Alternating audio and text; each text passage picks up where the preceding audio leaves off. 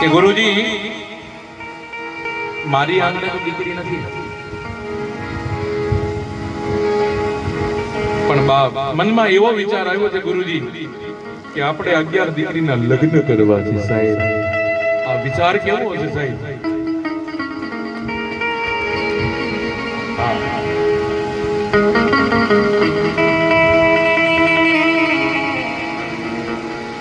સારા કર્મ કર્યા હોય ને તો આવો વિચાર આવે. સારા કર્મ કર્યા હોય ને તો આવો વિચાર આવે. હા ઉત્તમ વિચારો.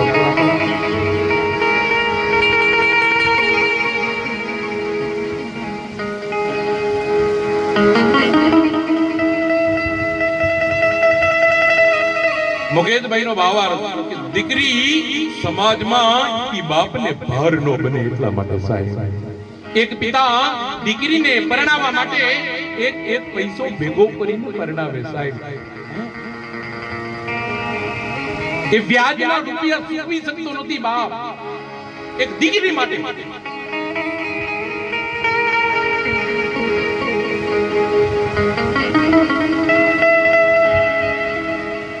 એક દીકરી બાપને ભાર ન બને માટે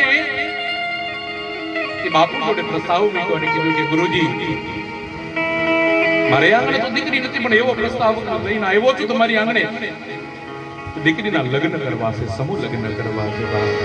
અને ગુરુજી કીધું કે મુકેશભાઈ તમે બહુ સારો વિચાર લઈને આવ્યા છો બાપ. અને 11 નહીં પણ આપણે 51 દીકરીઓના લગ્ન કરીશું સાહેબ.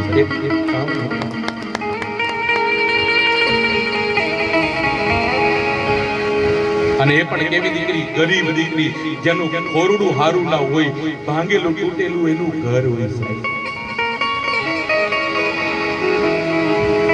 માણસ પોતાના માટે તો બધું જ કરે પણ બીજાના માટે જીવે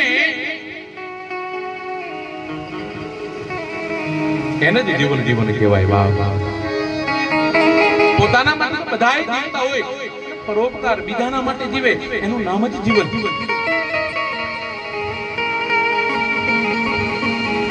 અને ગુરુજીએ કીધું કે મુકેશભાઈ તમારી ઈચ્છા પૂર્ણ થશે બાપ. અને અમે નોતા ધાર્યા ને એવા લગ્ન કરાવ્યા. સતત 2 મહિના સુધી અમે પ્રયત્ન કર્યા, રાત દિવસ કરી. સંપત્તિ માન ન તો મારી પાસે ન મુકેશભાઈ પાસે, પણ સદગુરુની કૃપાથી અમે 1 રૂપિયો લીધા વિના, કોઈની પાસે 1 રૂપિયો માંગ્યા વિના કે સદગુરુની કૃપાથી 62 દીકરીઓના લગ્ન કરાવ્યા. 62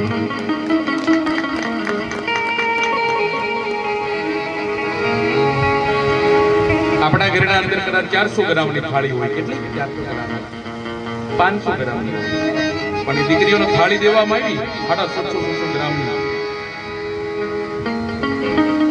સારામાં સારી ક્વોલિટી. અમે જ્યારે બજારમાં ખરીદી કરવા જઈએ ને તો ગુરુજીનો ફોન આવે કે મુકેશભાઈ પૈસા સામે જોતા નહીં, કોઈ પણ નબળી વસ્તુ આવી ન જોઈએ.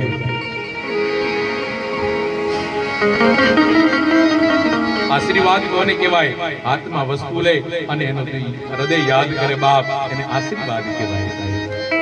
કોકને દેવું તો હારું દેવું, નબળું કામ દેવું.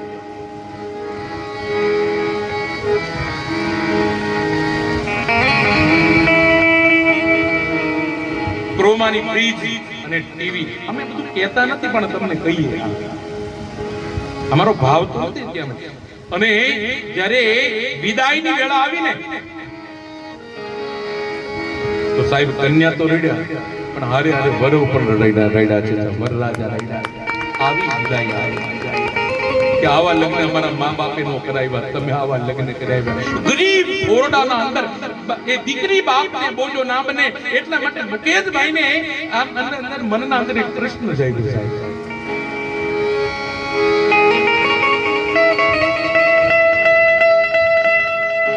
એટલે કીધું દીકરી તો રૂડી સમાજની મૂડી, દીકરી વિનાની જિંદગી અધૂરી બાપ. આપણા ઘરમાં દીકરી હોય ને દીકરીના જતન કરજો, દીકરીના હાથમાં ક્યારે આંસુ આવવા દેતો નહીં, કારણ કે દીકરી એ લક્ષ્મીનું સ્વરૂપ છે સાહેબ.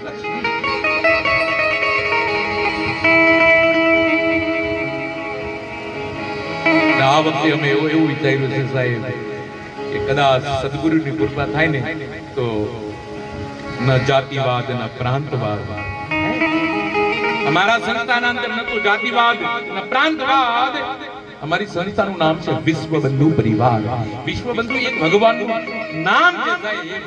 વિશ્વબંધુ આખો વિશ્વ એ અમારો ભાઈચારો છે. આવું સંસ્થાનું નામ. ગમે યાની દીકરી હોય બાપ એને અમે પરણાવીશું બાપ.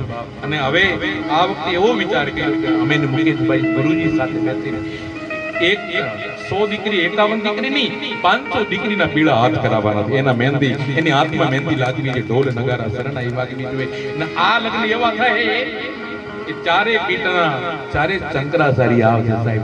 ભારતમાં એક પણ સાધુ બાકી ન રહ્યો. અમારો ગુરુજી એવો સાહેબ.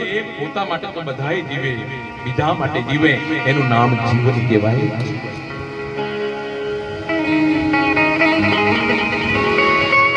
આજ પણ દીકરીઓના ફોન આવે મુકેશભાઈના ઉપર કેમ આજે એમને માતા પિતા માને છે સાહેબ. એમને માતા પિતા 52 દીકરી 62 દીકરીઓના લગ્ન કરવા આપણા ઘરેના અંદર એક દીકરી પરણાવી હોય ને તો આપણને પરસેવો વળી જાય.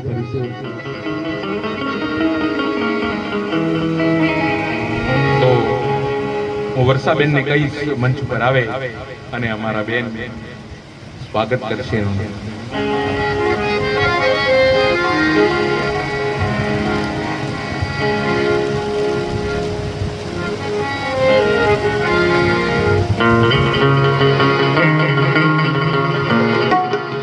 અલ્બાબેન